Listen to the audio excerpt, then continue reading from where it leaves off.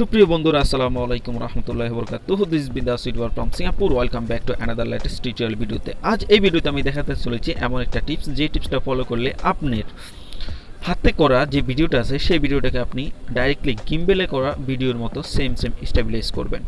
আমরা যখন ইউটিউবে বড় বড় ইউটিউবারদের ভিডিও দেখি অথবা যখন কোনো নাটক অথবা মুভি দেখি, তখন আমরা দেখি যে ভিডিওটা খুব নাইসলি স্মুথলি এক স্টেপ থেকে আরেক স্টেপ চলে গেল, অথবা ভিডিওটা হচ্ছে যখন সে হেঁটে হেঁটে অথবা দৌড়িয়ে ভিডিও করতেছে, তখন সেটা দেখাচ্ছে একদম স্মুথলি সব কিছু চারদিক আশপাশ সব কিছু স্মুথলি মুভ করতেছে, তার মানে কোনো রকম শেক করতেছে না। কিন্তু আপনি যখন হাতে করে এই ধরনের হেঁটে হেঁটে ভিডিও করবেন, তখন আপনার ভিডিওটা শেক করবে প্রত্যেকটা স্টেপে।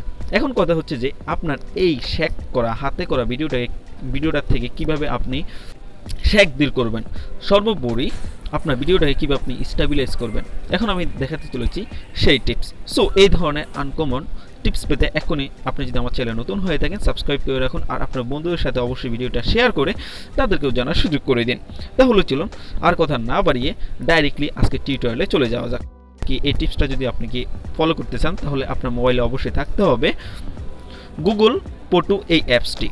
এই অ্যাপসটি যদি না থাকে তাহলে আপনি পারবেন না। আপনার মোবাইলে যদি এখনই না থাকে, এখনই আপনি ইনস্টল করে নিন আপনার প্লে স্টোর অথবা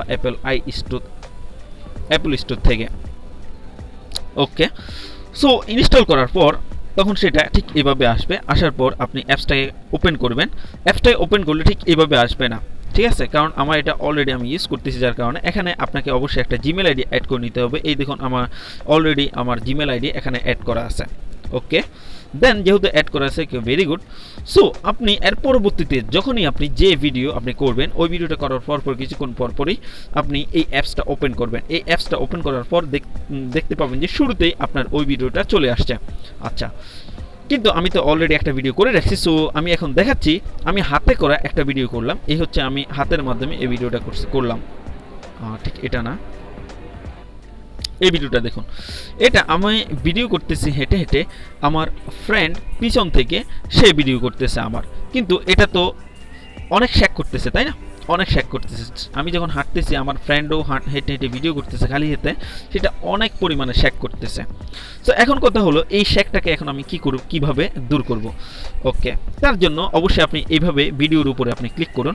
ভিডিওর উপরে ক্লিক করে এখানে দেখুন এই যে তিনটা লাইন আছে, এর উপরে আপনি ক্লিক করুন।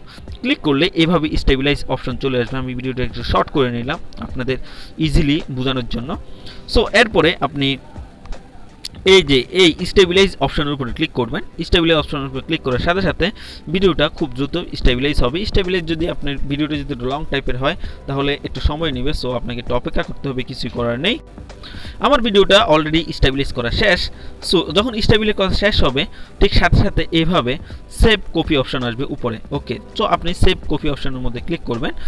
ক্লিক করার পর এই ভিডিওটা সেভ হবে। সেভ হওয়ার পর এই তো আমার ভিডিওটা সেভ হচ্ছে।